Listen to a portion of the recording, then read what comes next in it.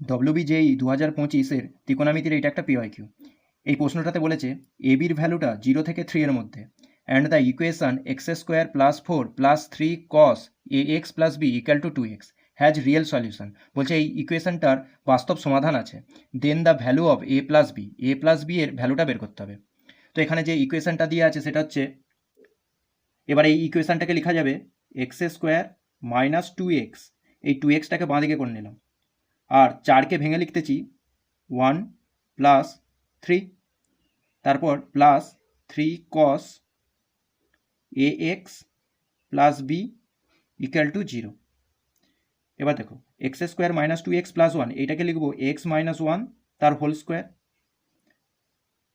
আর এই দুটো থেকে দেখো 3 কমন চলে আসবে, তাহলে এখানে 1 + cos ax + b = তাহলে 0। এবার লক্ষ্য করো এইটা হচ্ছে x - 1 তার হোল স্কোয়ার, এটা > 0, কারণ এটা একটা পারফেক্ট স্কোয়ার, তো সেই জন্য এর ভ্যালুটা সবসময় 0 থেকে বড় বা সমান হবে। আর এখানে দেখো যেটা আছে 1 + cos ax + b, এখানে cos ax + b এইটার ভ্যালু -1 থেকে 1-এর মধ্যে। এবার তার সাথে আবার 1 যোগ করা আছে, তাহলে আমি কি করব না 1 যোগ করব, তাহলে এটা হয়ে যাবে 0 > 1 + cos ax + b <= 2। ঠিক আছে, তো এইটার ভ্যালু দেখো 0 থেকে 2 এর মধ্যে, মানে ওই এই ব্র্যাকেটের ভিতরে, থার্ড ব্র্যাকেটের ভিতরে যেটা আছে ওইটার ভ্যালু 0 থেকে 2 এর মধ্যে আছে। তো তাহলে দুজনের যোগফল আবার 0 হয়েছে, তার মানে দুজনকে আলাদা আলাদাভাবে 0-র সাথে সমান হতে হবে, তবেই এইটা পসিবল, দুজনের যোগফল 0 হওয়াটা। তো সেই কারণে দেখো x - 1 এইটাও 0 হবে, এবং এই 1 + cos ax + b এটাও 0 নিতে হবে।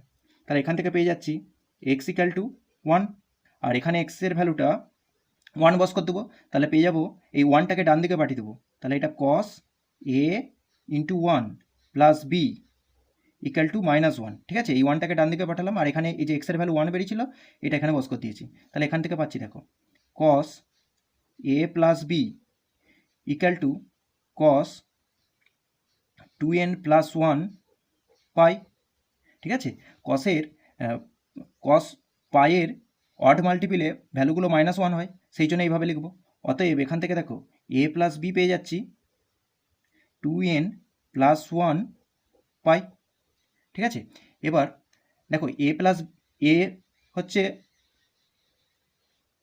0 থেকে 3 এর মধ্যে, আর প্রশ্নতে দেওয়া ছিল যেভাবে বিও হচ্ছে 0 থেকে 3 এর মধ্যে, এ বি দুজনেই 0 থেকে 3 এর মধ্যে। অতএব তাহলে 0 <= a + b, মানে ভিতরেরটা যোগ করলাম, তাহলে এখানে হয়ে যাবে কত, 3 3 যোগ হয়ে 6, তাহলে a + b এর ভ্যালুটা 0 থেকে 6 এর মধ্যে আসবে।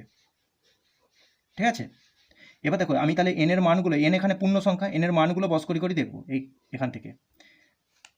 n এর মান প্রথমে 0 নিচ্ছি, n = 0, n = 0 হলে a + b হয়ে যাবে শুধু পাই, আর পাই মানে তো 3.14, তার মানে এই রেঞ্জের মধ্যে চলে আসছে, তার মানে এইটা হবে।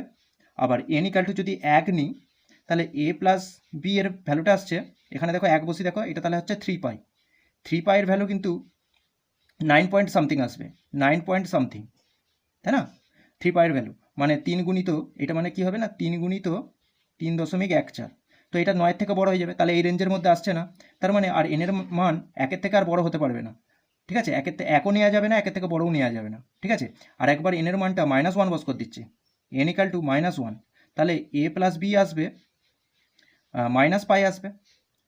পাই মানে কি -3.14, সেটাও তো এই রেঞ্জের মধ্যে নেই, তার মানে a + b এর মানটা শুধুমাত্র এইটা হবে 3.14, যেটা এই রেঞ্জের মধ্যে আছে। তো সেই হিসাবে এখানে দেখো সি এর অপশানটা সঠিক হচ্ছে।